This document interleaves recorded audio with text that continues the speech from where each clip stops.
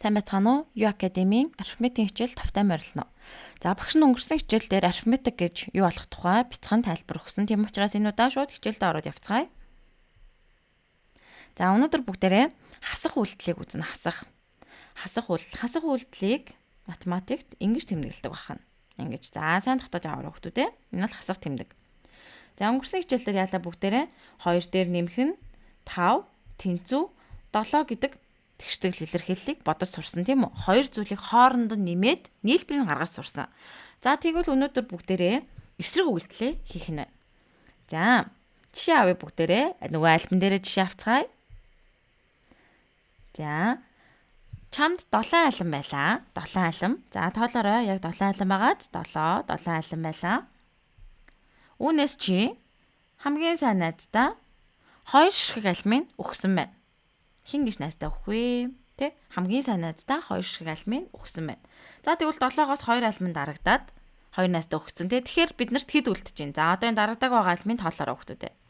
1 2 3 4 5 алим байгааз тэгэхээр 7-оос 2 алимыг хасаад тэнцүү 5 алим байх нэ. За одоо яг энэ үйлдэлийг бид нар үзэх гэж байна. Ямар нэгэн зүйлээс ямар нэгэн тооноос ямар нэгэн юмыг хасах, хорогдох багасах тоог үзэж штэ. Өнгөрсөн хичээлээр хоорондоо нэмэгдээд их болж исэн бол өнөөдөр дандаа ихээс нь бага нь хасагдаад улам бага болно. Багасна гэсэн үг. За хасах үйлдэл маань юм. Одоо харин хасах үйлдэлээ бүгдээрээ тоон шулуун дээрээ хэрхэн бодохыг хэлбэрчилж бодохыг багш нь тайлбарлаж өгье. За бид нар яагаад тоон шулууныг хэрэглэж байгаа лээ? Энэ бол бидний зөвхөн цээжлэх арга шүү хүмүүстээ. Тэ цээжлэх арга. Тэгээд маш олон бодлого бодсны дараа 7-оос 2-ыг хасаад 5 гэдэг миний цээжинд орно. Цээжлэгт чинь тэ цээжлэгт чинь. Тэр үед бид нар цээжээрээ бодны тоон шулууныг хэрэглэхгүй байх нэ. За тоон шулуун дээр одоо бодцгоё. Бүгдээрээ тоон шулуун урдаа гаргаарай. За 7-оос хасах нь 2 гэж байна. За тэгвэл мөн адил 7-оо олно. Эхний ээлжинд 7-оо оллоо.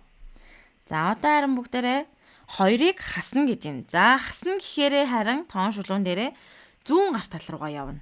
Зүүн гар тал руугаа. 1 2. Хартаа нэмхийн эсрэг тийш явж байгаа хүүхдүүдээ зүүн гар тал руугаа явж байна. Тэгээд 1 2 яваад 5 байх нь. 5. Бидний хариу гарч байгаа зү тий. Боцсон хариу маань гарч байна. За. Одоо харин ахаад нэг өөр жишээ бодож үзье. За. 7-оо оллоо. 7-оос хасах нь 3 гэж байна. 7-оо оллоо. Хасах нь 3. За 3 удаа явъя. 1 2 3 гээд 4 дээр ирж байна. Тэгэхээр тэнцүү бидний хариу 7-оос 3-ыг хасаад 4 байх нэ. За дахиад нэг өөр жишээ бодъё. 7-оос 4-ыг хассан байна. За тэгвэл 7 дээр ахаад оллоо. 7-оо оллоо тий. За тэгээд 4 удаа явлаа. 1 2 3 4 гээд хит ах нь тэнцүү 3 гарч байна. За одоо ахин нэг жишээ бодож үзье. За энэ маань харин нэмэх жишээ байна. За энийг бүгдээрээ шараар тэмдэглэе. 4 дээр нэмэх нь 3 гэж байна. За 4-ийн тоогоо олж цэглэе. 4 оллоо. 3 гэж байна. За тэгэхээр нэмэх чинь харин баруун гар тал руугаа явна шүү дээ. Хасахын эсрэг тал руу явна тийм үү? 1 2 3 гээд 7. За 4 дээр 3-ыг нэмээд 7 ахна. За багш нь яагаад дандаа юм 7 3 4-тэй тоо бодуулсан байна? Одоо нэг зүйлийг тайлбарлаж өгөх гээд тэгсэн. За эхний ээлжинд энийг бүгдээрээ сурах хэрэгтэй. За энэ хасах тэмдэг дээр, хасах үйлдэл дээр эхний бичигдэж байгаа энэ тоог хасагдагч гэж нэрлэнэ. Хасагдагч. Сайн тогтоож аваарай заа юу. За энэ хасж байгаа энэ тоог болохоор хасагч гэж нэрлэдэг. Хасагч. За харин гарсан хариуг нь ялгуур гэж нэрлэдэг. За эхний хоёр жишээн дээр авч үзье. 7 гэд хасагдагч нь хоёлаа ижлэх юм байна тийм үү? За харин хасагч нь 3 4 гэдэг ялгаатай шүү дээ тий? 3 4. За хасагч нь 3 байх үед ялгуур нь 4 гарсан байна. Харин хасагч нь 4 байх үед ялгуур нь 3 гарсан байгааз. За тэгэхээр эндээс нэг зүү тогтол бид нарт ажиглагдаж байна логик. Тэгэд ямар хасагдагч нь хിവэрээ харин хасагч ялгуур хоёрын байрыг өөрчлөөд хасагдагчаас ялгуурыг хасахад ялгуурыг хасахад энэ өмнөх тооны хасагч гарч байгаа зү тий хасагч. Иймэрхүү зүү тогтолтой. За харин энэ дээр эсрэгээрээ энэ хоёр ялгуур болон хасагч. За эхний жишээн дээр авч үзээд байгаа тий. Энэ чинь 4 нь ялгуур агаад ялгуур болон хасагч 3.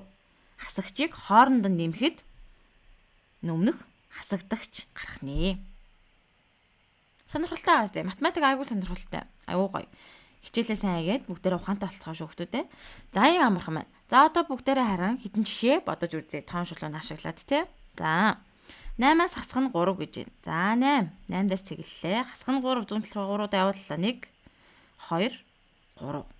Оо ингээл болоо. 5. Амархан байгаа зү. Та бол аягүй сонирхолтой ирнэ. Бас ойлгоход эхлүүл аягүй гоё амархан.